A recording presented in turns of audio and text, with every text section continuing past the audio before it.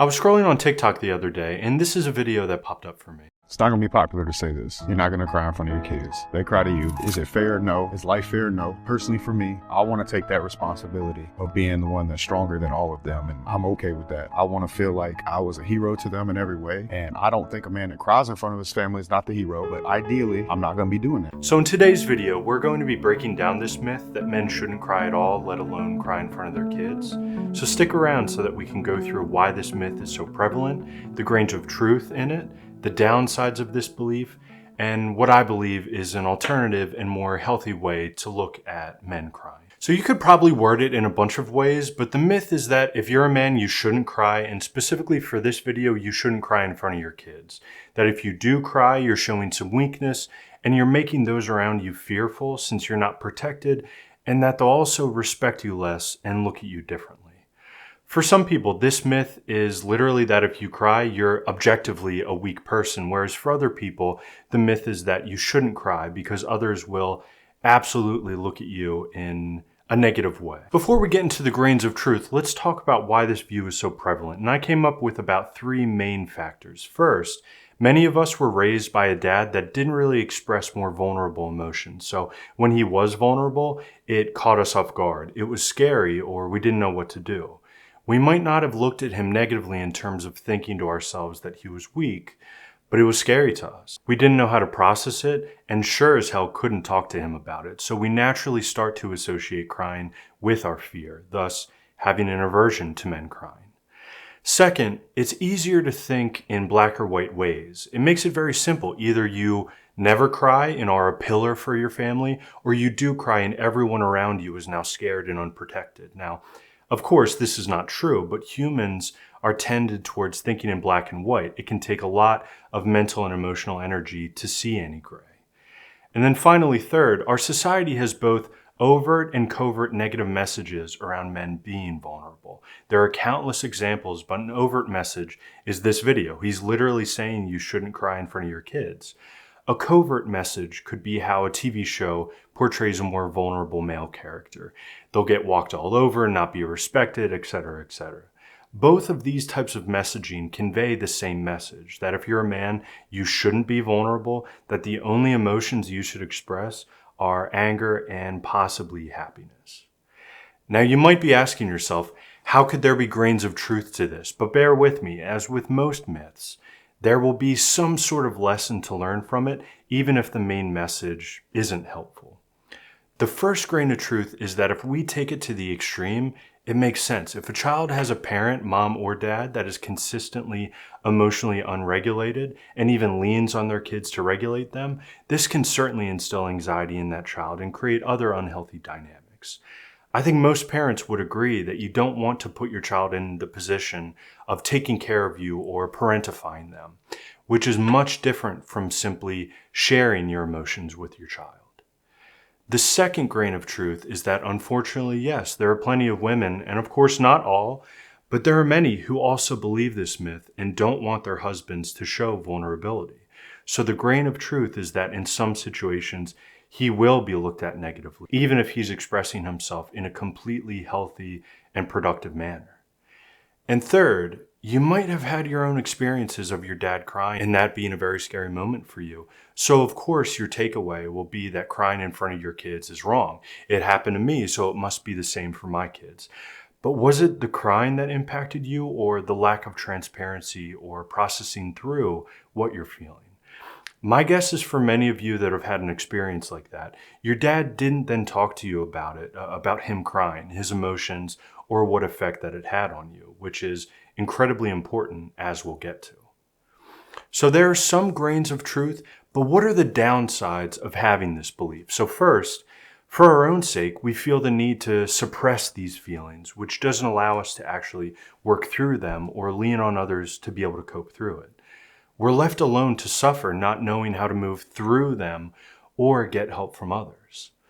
Second, we can become extremely fearful or uncomfortable around crying. Instead of viewing it as a normal emotion, we view it with all of these negative labels that creates even more stress if we're feeling like we could cry. And then third, in regards to our kids, we're teaching them that a strong man is only one who isn't vulnerable. We're not showing them that a strong man or person can be vulnerable, that these two are not mutually exclusive. And then fourth, we're not teaching them how to regulate their emotions. If we're just suppressing, we're neglecting all of the opportunities to show our kids that you can have these intense emotions, but you can regulate them. And then finally, we're teaching our kids, and especially our sons, to be afraid of those emotions or to never share them with those around you. Even dads who want their sons to lean on others, if you're suppressing those vulnerable feelings yourself, that's likely what your son will pick up on. So, okay, we understand the myth, why it's prevalent, the truths and the downsides, but what's another way? What's an alternative? Allow yourself to cry in front of your kids. If one of your parents is in bad health or has passed, if a pet dies, if you're watching an emotional movie, and especially the happy or proud tears, try to let yourself cry if you're feeling like it in the moment. You don't have to dramatize it, but try not to hide it from them. If you do this, talk to them about it. Talk to them about the feeling that you're having in a way where you're normalizing it. You're telling them that this is not something you or they need to fear. Yes, I'm feeling a feeling, but I know how to work through it. If they ask you if you want a hug, take the hug and thank them for it. You can also check in on them in the moment or later and ask them if they had any feelings about your feelings.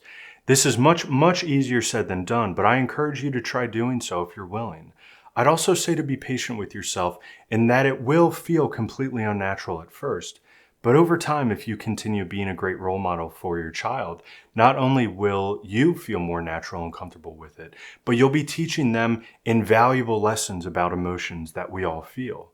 You can also start doing this even if your kids are used to a different way. It may take some time to adjust, but if you're consistent, this could become the new normal. So again, easier said than done, but why is this even better? What's the reasons for making this change? Well, there's a few I came up with. First is that you're showing them that it's okay to express these emotions and that you don't need them to save you. Maybe they can help you, but they don't need to save you. This is benefiting you because you're able to share your feelings and don't have to keep them inside. But you're also showing them that it's okay for them to express their emotions. And you're doing it in a way that they're not parentified. They're still the child in the dynamic. They're just being let into your emotional world. You're also showing them that men can be both vulnerable and strong at the same time.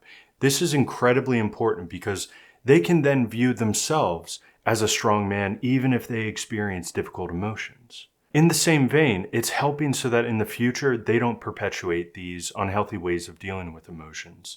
Whether it's themselves as a dad or husband, or if you have a daughter, her sending messages to her husband that he can't show those emotions. Third, it's also a huge teaching moment. It's teaching them how they can respond to someone who's experiencing more intense emotions. If they've been exposed to someone going through those emotions and it's been shared with them, they're in a much more experienced position to know what to do or how to respond in the future with others. And then fourth, by teaching them all of these skills, you're actually making them stronger.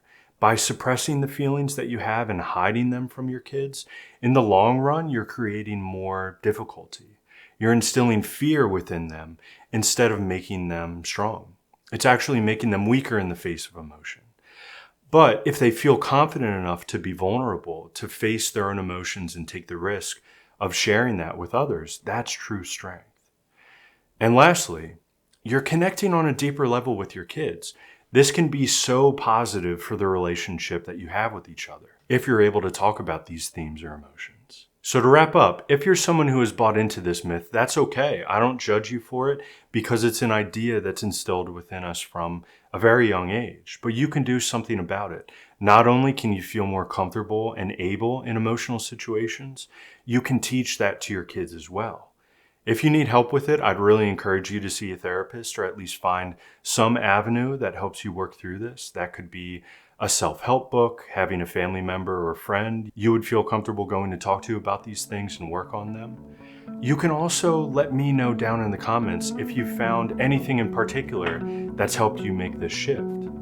But thank you for watching. Feel free to subscribe if you found this video to be helpful, and have a great rest of your day.